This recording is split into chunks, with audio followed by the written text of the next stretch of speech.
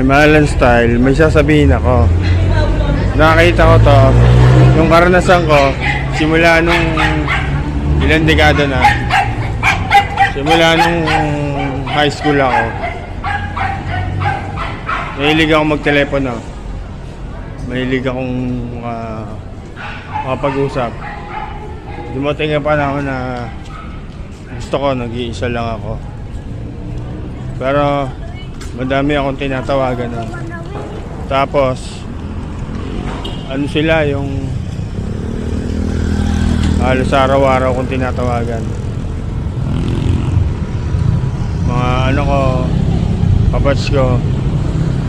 Merong ano lang, nakalala ko lang sa ano,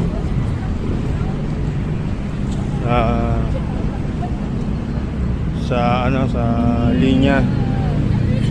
Tapos mga hindi sila maabot, matataas ang lipad nila. Tapos hanggang ngayon ganun pa rin nakikita ko, ganun pa rin nararanasan ko.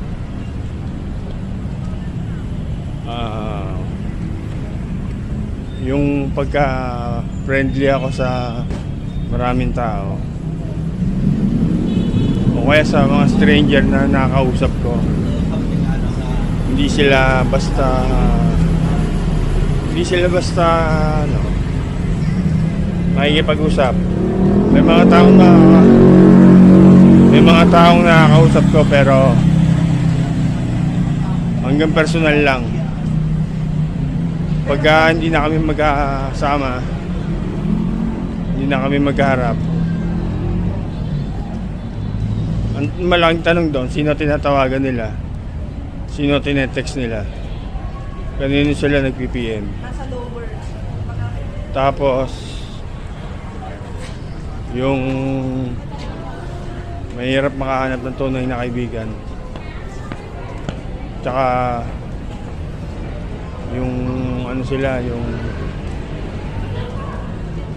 at base sa karanasan ko, hindi ako basta nagsasalita ng ano lang to, pabasta-basta na lang. Tapos yung ano ba, yung meron akong taong ginawa ng kabutihan ng mahigit na 6 na buwan. Sa bandang huli, ayaw niyang tanggapin yung friend request ko. Tsaka ano, ganon, may kasunod to.